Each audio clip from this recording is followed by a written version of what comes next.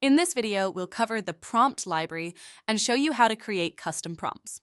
Once you've logged into the platform, click on Prompts under Components in the left navigation.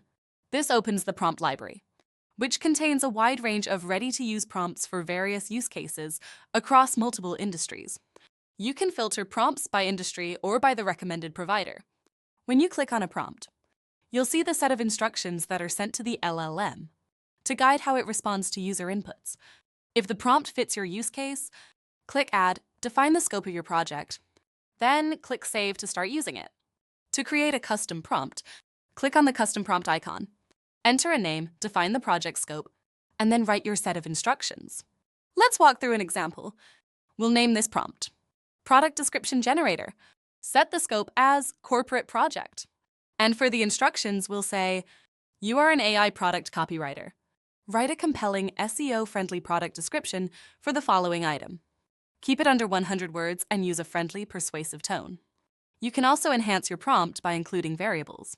These allow for dynamic values to be inserted at runtime. For example, you can include the current date and time by adding Include Current Date Time.